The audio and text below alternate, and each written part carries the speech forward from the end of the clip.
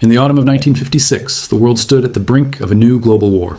Great Britain, the financial titan that had ruled the seas and the markets for 2 centuries, decided to reclaim what it believed was rightfully its, the Suez Canal.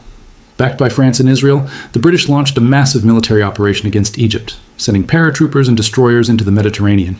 To the aging British Prime Minister Anthony Eden, this was a straightforward act of imperial justice. He was saving the vital artery of the empire and reasserting Britain's place as a global superpower. But the real war was not fought in the sands of Egypt or the waters of the canal. It was fought in the banking halls of Washington, D.C. The weapon deployed was not the bomb, but the pound.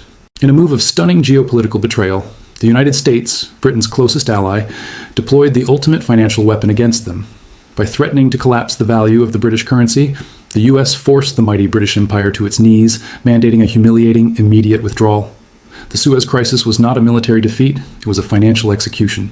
It was the moment the British Empire died, not by conquest, but by foreclosure. It was the final, brutal proof that, after World War II, the ultimate power on Earth no longer rested with the nation that owned the largest navy, but with the nation that controlled the global reserve currency. This is the story of how the dollar became a weapon of war, and how the United States used it to sever the last financial chain of the British Empire. 1. The artery of empire, the inevitable collision. The ghosts of past glory. By 1956, Great Britain was living on borrowed time and inherited pride. The 2 world wars had bankrupted the nation, forcing it to sell off its overseas assets, and incur massive debt to the United States, a debt that would take 60 years to repay. Yet, the ghost of empire lingered.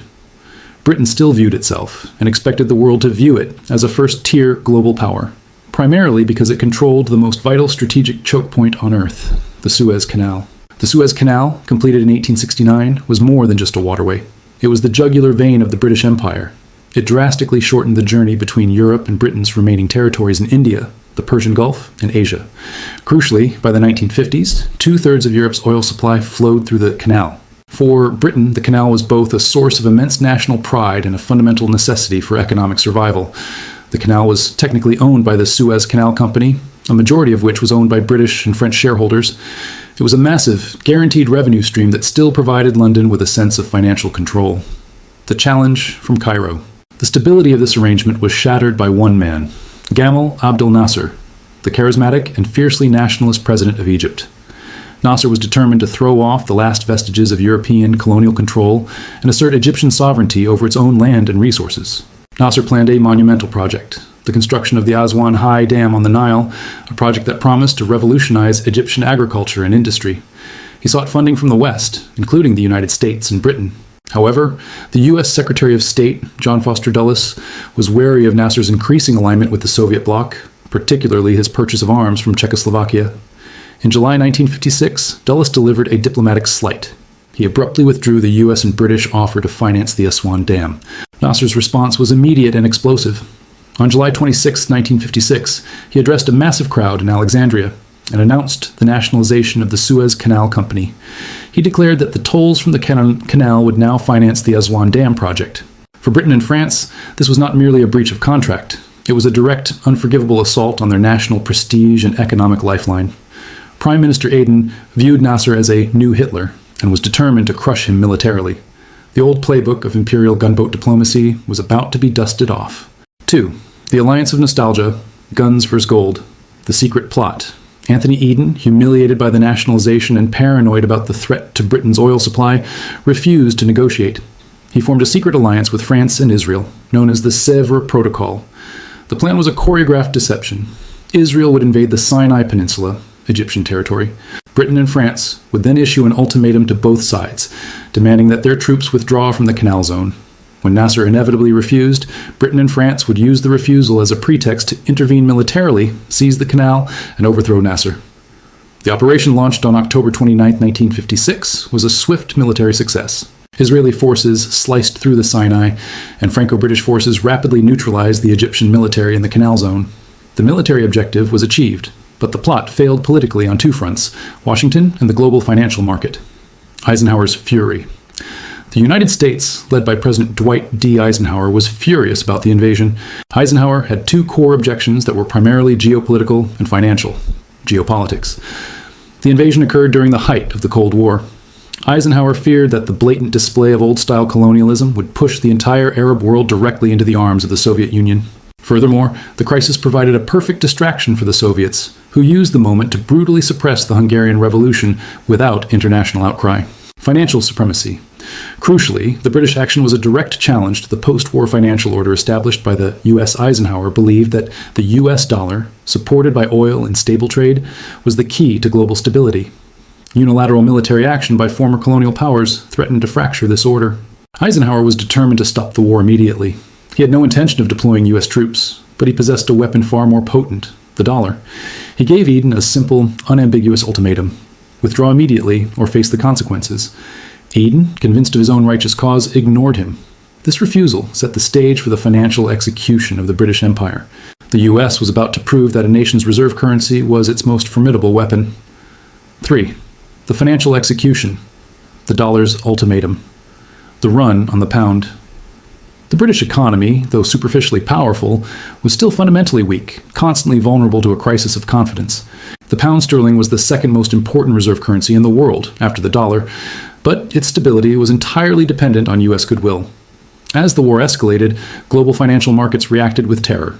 They saw the invasion as a reckless act that threatened to destabilize the entire oil supply and the global financial order. The fear of a protracted war caused an immediate run on the pound.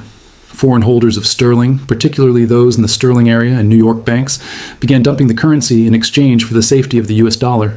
The British Treasury was hemorrhaging its dollar reserves, which were necessary to pay for essential imports like food and, ironically, oil.